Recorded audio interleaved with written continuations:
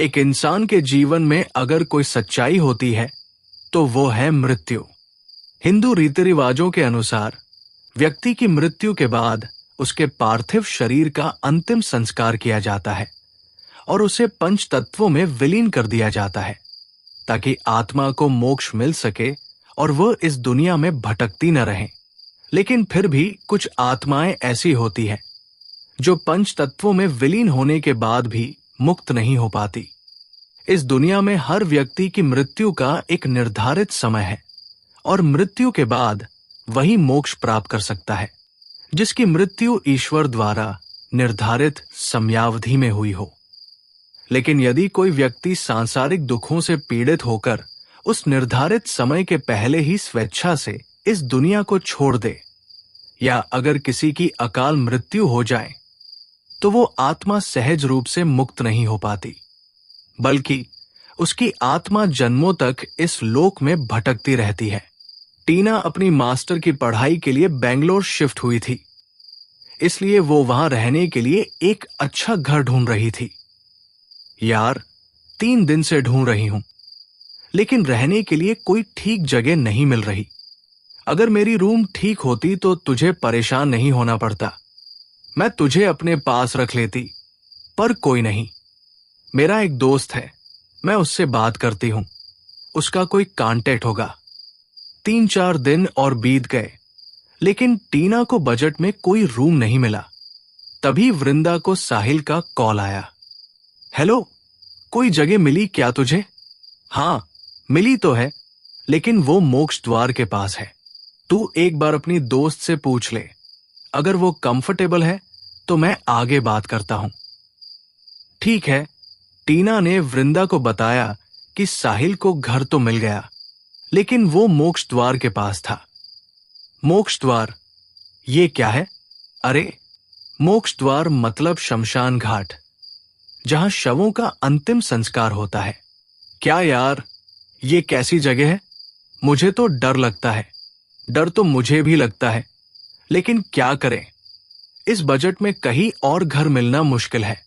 लेकिन डिसीजन तेरा है, अगर ठीक लगे तो बोल देना।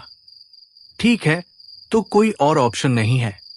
अब मैं तेरे पास नहीं रह सकती, वरना तेरी रूममेट भी तुझे वहां नहीं रहने देगी।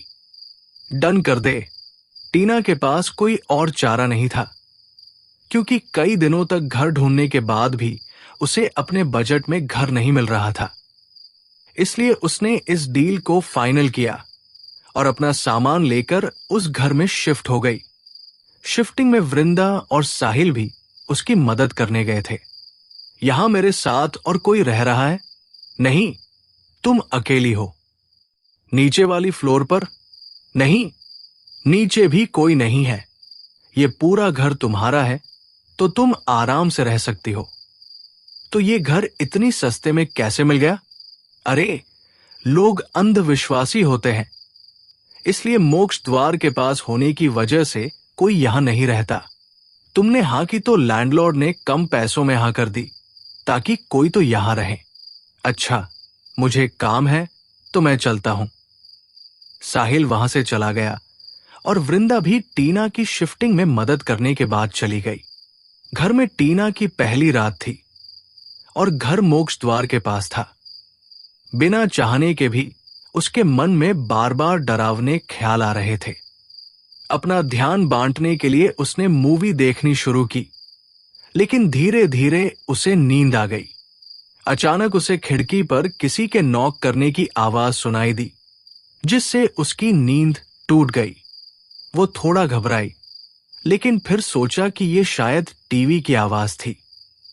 लेकिन तभी फिर से वही आवाज आई, जैसे किसी ने खिड़की को खटखटाया हो। वो डरी हुई उठी और इधर उधर देखा, लेकिन कोई नहीं था। फिर से खिड़की पर वही आवाज आई और अब वह और ज्यादा घबराई। नहीं, ये मेरा वहम नहीं है, कोई तो है बाहर।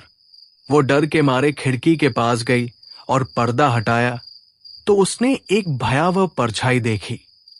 वो अचानक से बालकनी की दूसरी तरफ भाग गई।